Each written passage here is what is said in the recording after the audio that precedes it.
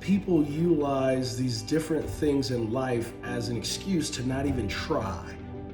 And so for me, I was around people that helped me to understand that it was okay to try. They helped me to understand that it was worth giving it a shot and that they didn't lean on the excuses. And so I leveraged what I was witnessing from certain people.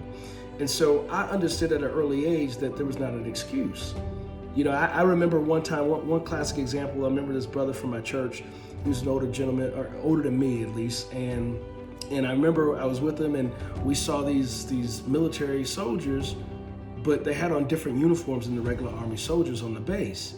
And I was like, hey Sean, I was like, Brother Sean, what are those guys? He was like, why don't you go and ask them?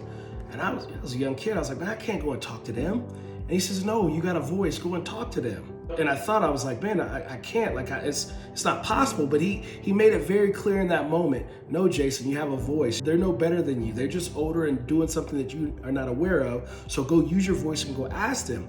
And so he basically in that moment, he took away any excuse that I could have had for not figuring out who these guys were. And here I am, years later, 30 plus years later, and I can still remember that moment in time where someone taught me not to have an excuse. And then I remember going through the military, right?